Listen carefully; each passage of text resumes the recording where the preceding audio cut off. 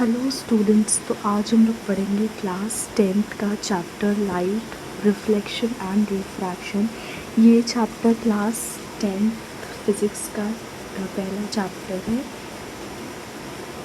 जो कि है लाइट। तो इस लेक्चर में हम लोग सबसे पहले बेसिक्स कवर करेंगे पार्ट 1 में and we move on further. ठीक है, तो now without further ado let's start the lecture. तो सबसे पहले हम लोग ये समझेंगे कि लाइट क्या होता है। बेसिकली हम लोग इस चैप्टर का जो हेडिंग है उसका मीनिंग हम लोग समझेंगे इस चैप्टर के हेडिंग का। तो लाइट क्या होता है। So basically we will cover the NCERT in our lecture. और NCERT में जो इम्पोर्टेंट पॉइंट्स है वो यहाँ आपको साइड में लिखा हुआ दिख रहा होगा।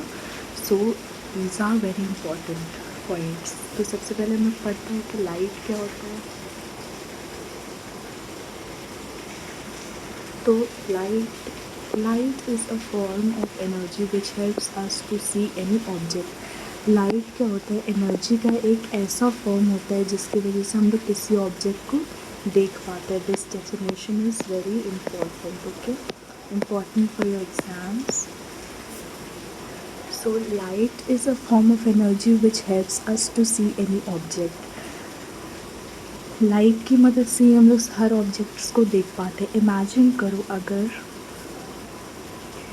आपको एक कमरे में बंद कर दिया जाए और उस कमरे में अंधेरा हो, तो उस कमरे में कोई सोर्स ऑफ लाइट नहीं है जहाँ से भी लाइट आ सके। उस कमरे में बिल्कुल अंधेरा है, totally there is no source of light there.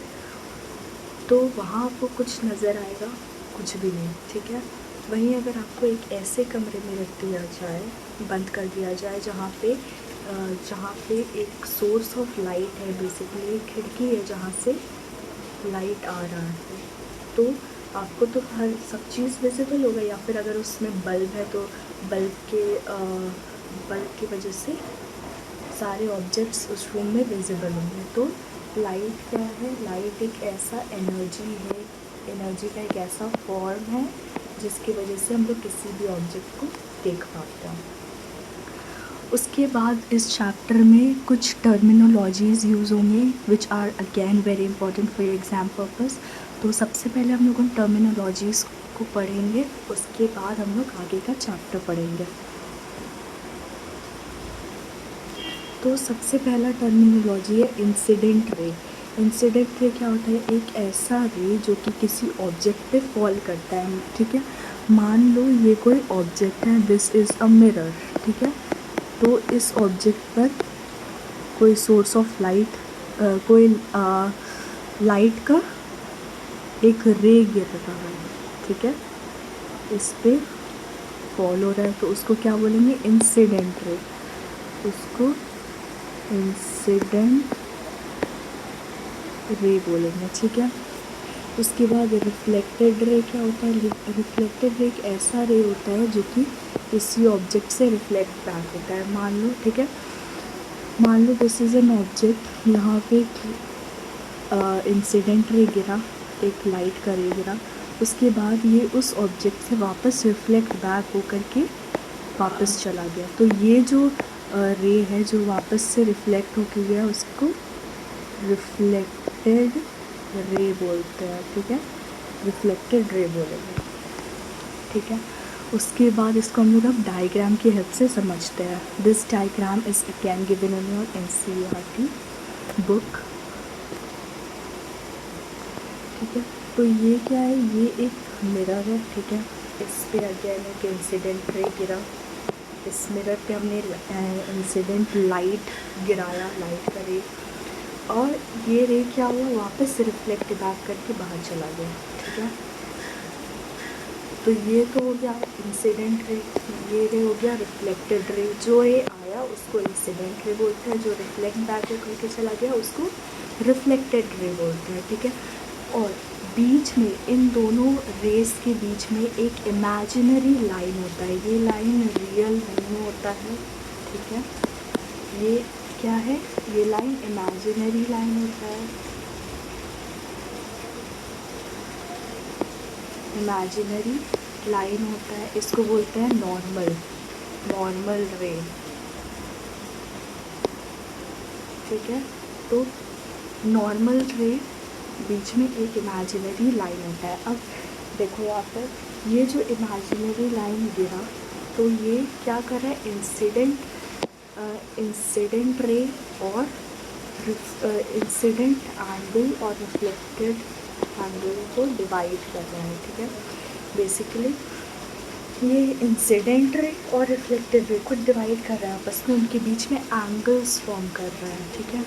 तो ये जो इंसिडेंट एंगल होगा, एंगल ऑफ इंसिडेंट होगा, और जो एंगल ऑफ रिफ्लेक्शन होगा, ये दोनों इक्वल होगा, ठीक है।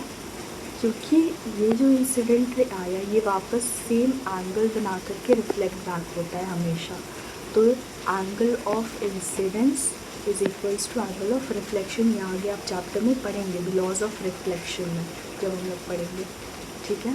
तो angle of incidence is equals to angle of reflection, इसको याद रखना है। Now we will read NCERT line by line, जो इम्पोर्टेंट पॉइंट्स होगा NCERT का, हम लोग बस उसको कवर करेंगे। We see a variety of objects in the world around us. हम लोग अपने आसपास बहुत सारे ऑब्जेक्ट्स देखते हैं। However, we are unable to see anything in a dark room. लेकिन ये example I just gave you this example just now. तो हम लोग, अगर कोई रूम है जिसमें कोई सोर्स ऑफ लाइट नहीं है, उसमें पूरा अंधेरा है, तो वहाँ कुछ भी दिखाई नहीं देगा, बिकॉज वहाँ कोई सोर्स ऑफ लाइट नहीं है जिसके कारण हम लोग को कुछ दिखाई देता है, ठीक है। On lighting of the room things become visible. वहीं अगर उस रूम में लाइट का कोई सोर्स आ जाता है तो सारी चीज़ें हम लोगों को विजिबली दिखाई देने लगेंगी, आसपास के ऑब्जेक्ट्स हम लोगों को विजिबल होंगे, ठीक है। व्हाट मेक्स थिंग्स विजिबल, क्या चीज़ किसी ऑब्जेक्ट को विजिबल बनाती है, यानी हम लोग कैसे किसी ऑब्जेक्ट को देख पाते हैं, with the help of light, ठीक है। ये हम लोग पढ़ेंगे।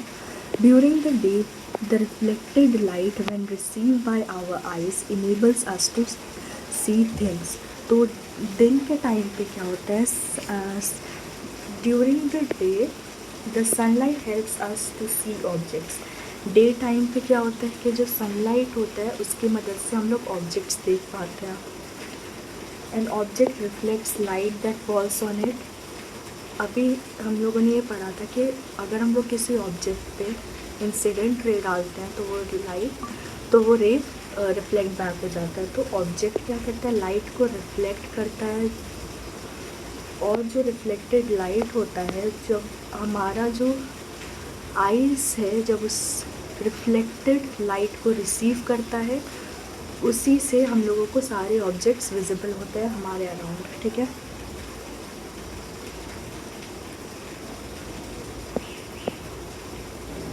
यहाँ पे एक ऑब्जेक्ट है, ठीक है, wait,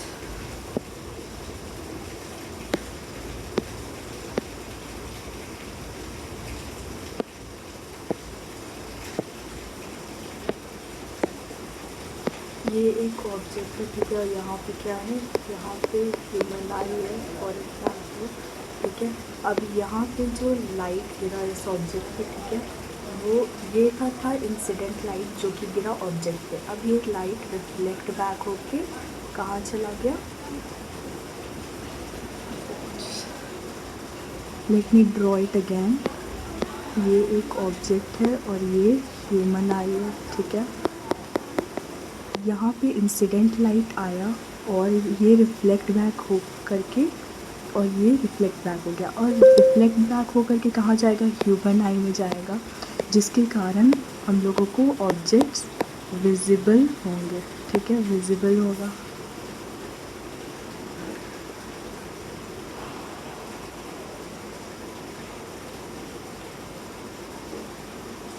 We are able to see through a transparent medium as as light is transmitted through it। हम लोग किसी भी ट्रांसपेरेंट मीडियम को क्यों देख पाते हैं? क्योंकि जो लाइट होता है वो उससे ट्रांसमिट हो जाता है, ठीक है। लाइट उससे क्या हो जाता है, उस लाइट उससे ट्रैवल करता है, लाइट पास हो जाता है उससे। ये ट्रांसपेरेंट ऑब्जेक्ट है, यहाँ पे लाइट आया तो ये लाइट इस ऑब्जेक्ट से पास कर जाएगा, ठीक है। There are a number of common wonderful phenomena associated with light such as image formation by mirrors। बहुत सारे फिनोमेना है लाइट से जुड़े हुए, जैसे कि image formation by mirrors,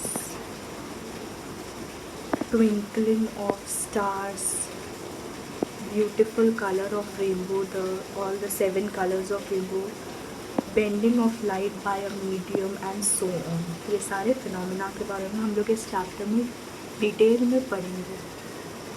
a study of properties of light help us to explore them. तो जो study of properties of light होता है उसके कारण हम लोग उसे एक्सप्लोर कर पाते हैं।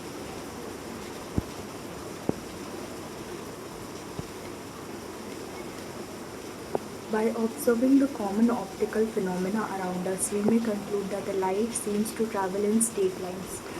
तो ये बहुत इम्पॉर्टेंट है, दिस इज़ वेरी इम्पॉर्टेंट कि लाइट हमेशा स्ट्रेट लाइन में ट्रैवल करता है, लाइट हमेशा स्ट्रेट लाइन में ट्रैवल करता है। In fact, that a small source of light casts a sharp shadow of an opaque object point on a straight line path of light, usually incident as the ray of light, ठीक है। तो इसमें जो भी important चीज़ें थी हम लोगों ने वो पढ़ लिया। Now let's move on further. तो ये जो मोर टू नो वाला ये जो बॉक्स है, ये जो कॉलम है, ये हम लोग नेक्स्ट लेक्चर में इसको कवर करेंगे, सारे बॉक्सेस को, इन सारे एक्टिविटीज़ को। कुछ एक्टिविटीज़ हम लोग इस लेक्चर में कवर करेंगे, कुछ दूसरे लेक्चर में, और ये भी हम लोग दूसरे लेक्चर में करेंगे। Now let's move on to the next and the most important topic which is reflection of light.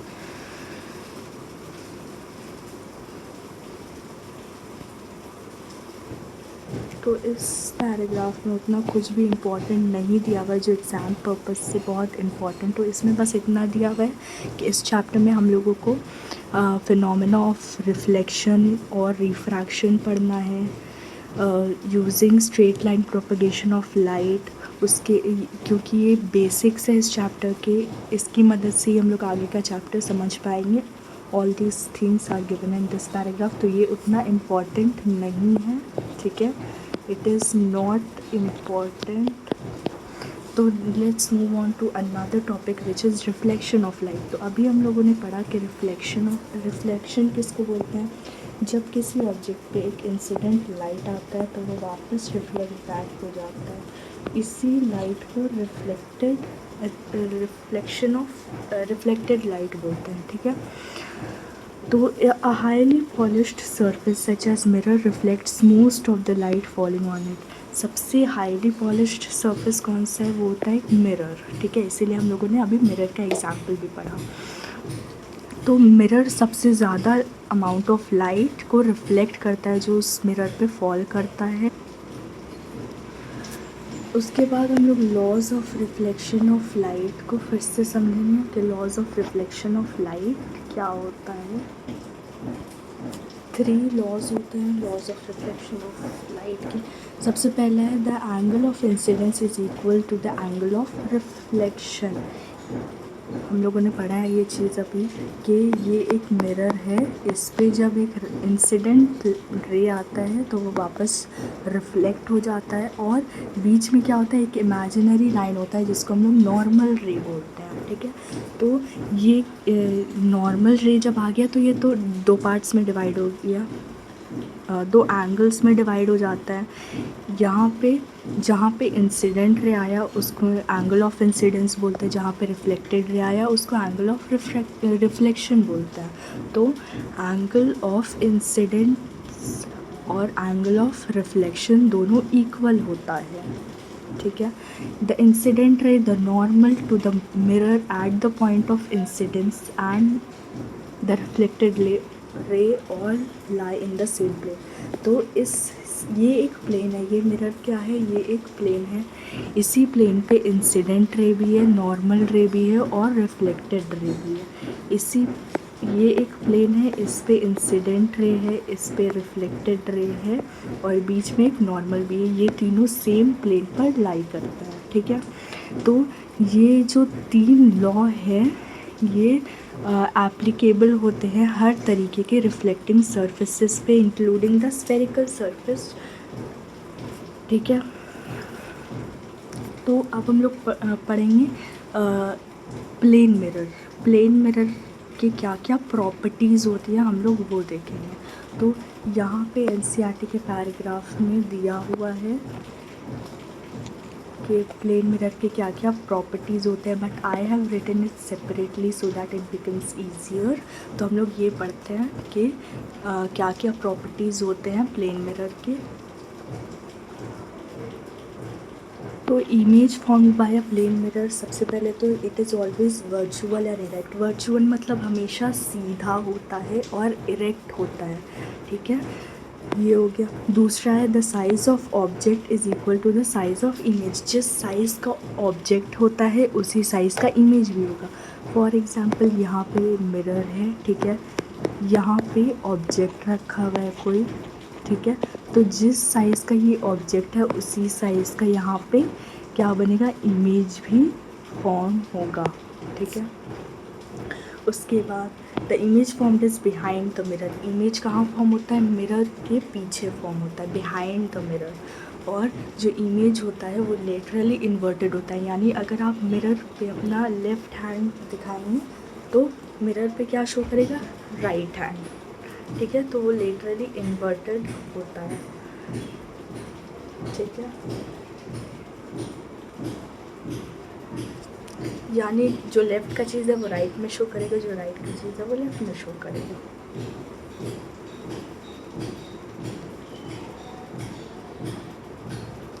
उसके बाद यहाँ पे एक एक्टिविटी दिया हुआ है। तो इस एक्टिविटी में क्या है कि this activity you can perform this activity at home only. तो इसमें क्या दिया हुआ है कि एक शाइनिंग स्पून लेना है और उस जो स्पून है उसका जो कर्व्ड सरफेस है उसमें अपना फेस देखना है, ठीक है। तो उसके बाद क्या करना है, उस स्पून को स्लोली दूर लेके जाना है अपने फेस से। फिर उसके बाद उसका इमेज ऑब्ज़र्व करना है,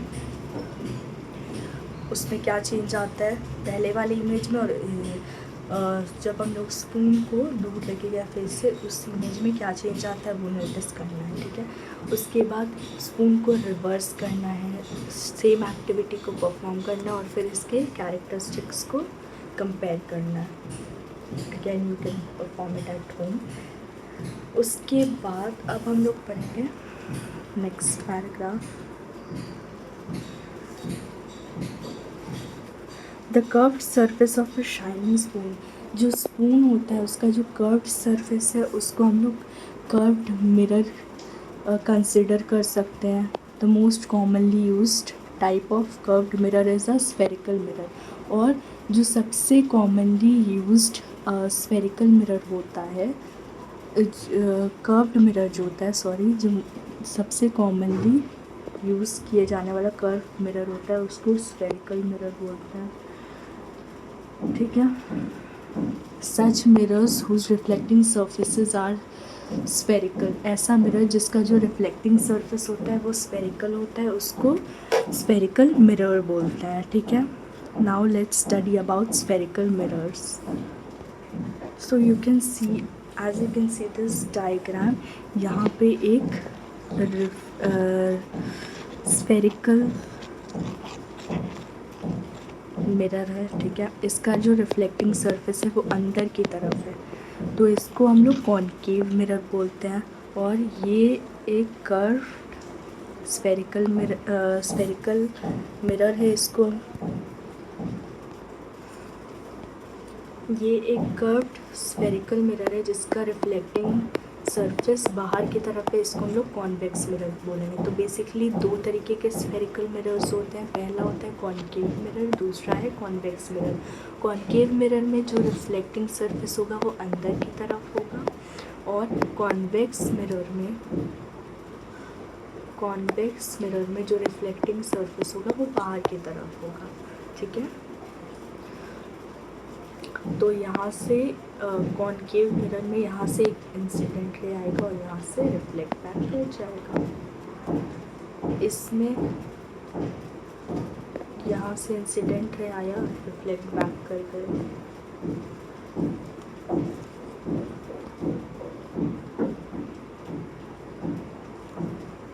The reflecting surface of a spherical mirror may be curved inwards or outwards। जो रिफ्लेक्टिंग सरफेस होता है स्फेरिकल मिरर का वो या तो अंदर की तरफ कर्व्ड हो सकता है या तो बाहर की तरफ कर्व्ड हो सकता है।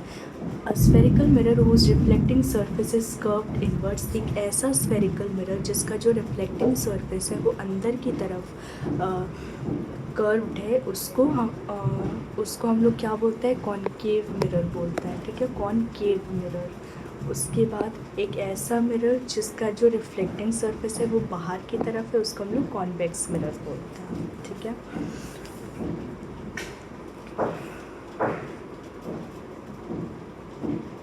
तो ये एक रिफ्लेक्टिंग सरफेस है।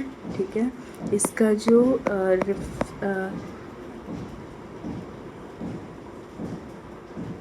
ये एक स्फेरिकल मिरर है, ये एक स्फेरिकल मिरर है। इसका जो रिफ्लेक्टिंग सरफेस है वो अंदर की तरफ है, तो इसको हम लोग कॉनकेव मिरर बोलेंगे। ठीक है, अगर ये एक स्फेरिकल मिरर है, इसका रिफ्लेक्टिंग सरफेस बाहर की तरफ है, तो इसको हम लोग कॉन्वेक्स मिरर बोलेंगे।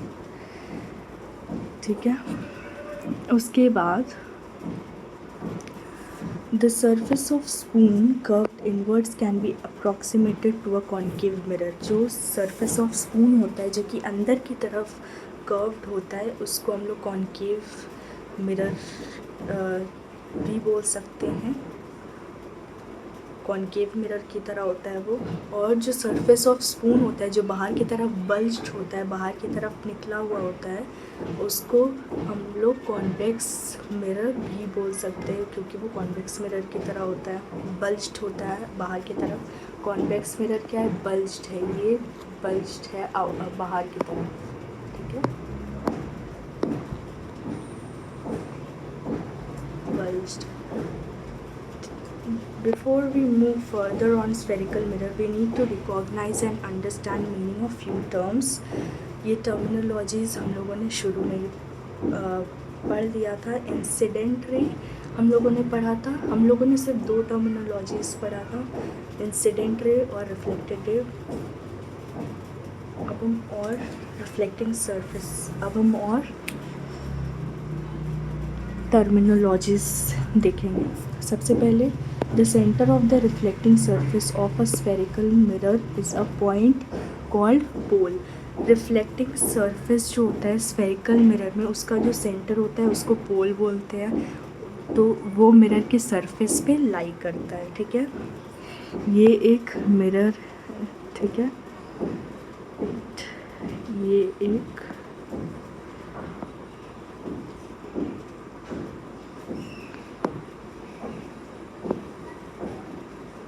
ये एक मिरर है। ठीक है, कॉनकेव मिरर है, यहाँ पे सेंटर है इस मिरर का, तो इसको हम लोग पोल बोलेंगे और वो मिरर पे ही लाई करता है।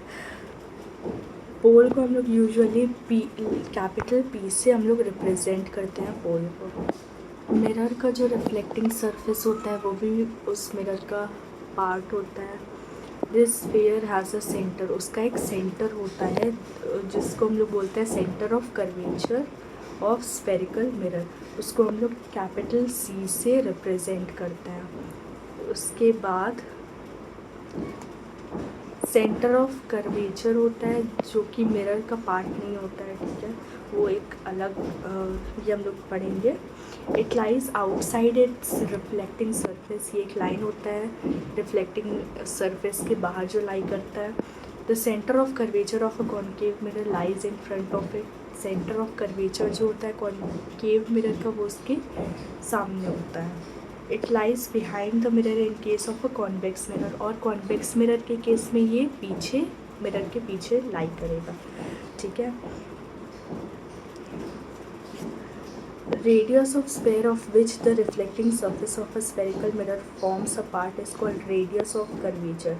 जो रेडियस होता है रिफ्लेक्टिंग सरफेस का उसको रेडियस ऑफ कर्वेचर बोला जाता है, जिसको हम लोग कैपिटल आर से रिप्रेजेंट करते हैं,